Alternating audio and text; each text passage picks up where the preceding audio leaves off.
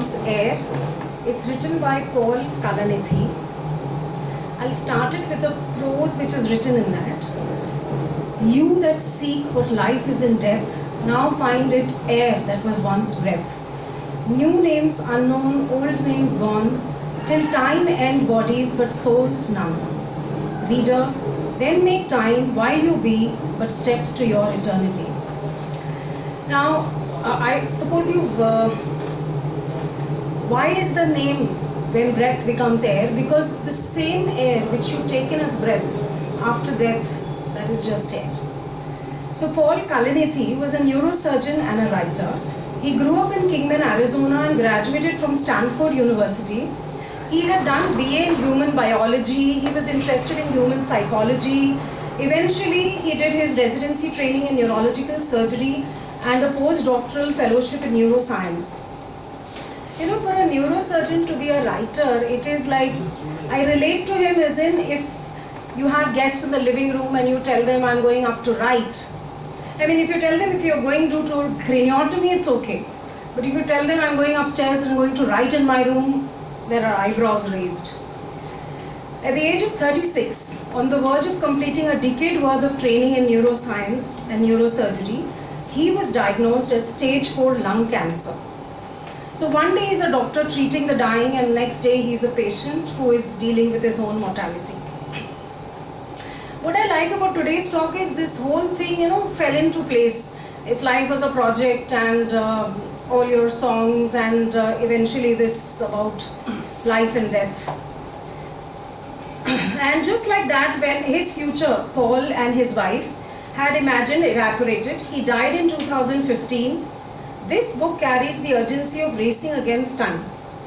He was always intrigued by biological philosophy. Now this book, it shows his whole transformation from a naive doctor when he's a medical student and then transformed into a neurosurgeon, literally working in the brain, and then he becomes a patient who's dealing with his own mortality. One of the compelling aspects of this book is the way he shows the doctor-patient relationship.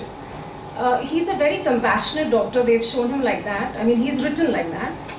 All of medicine, we traverse into sacred spheres.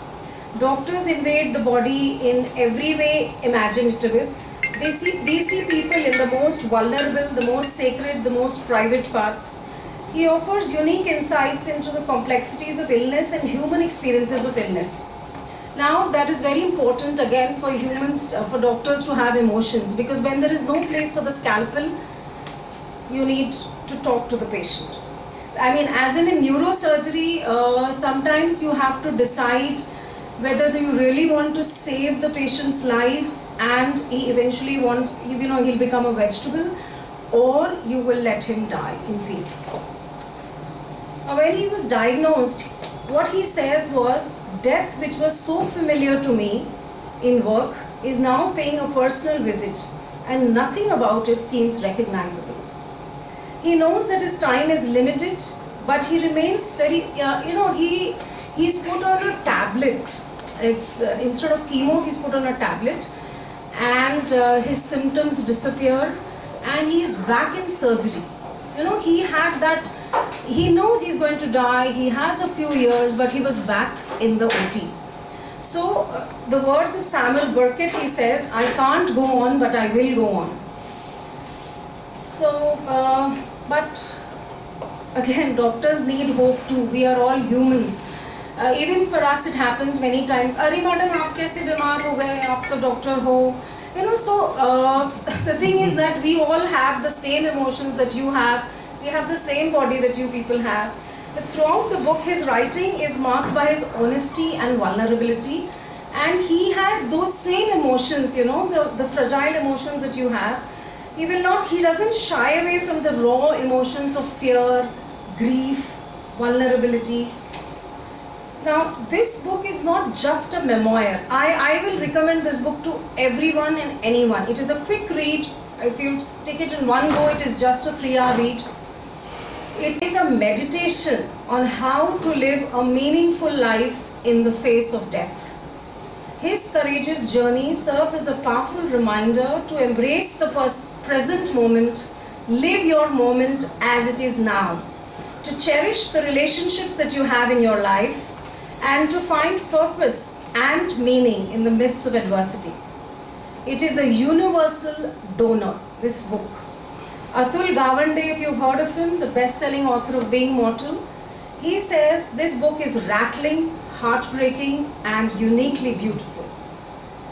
The dying, the people who are dying are those who will teach us the most about life.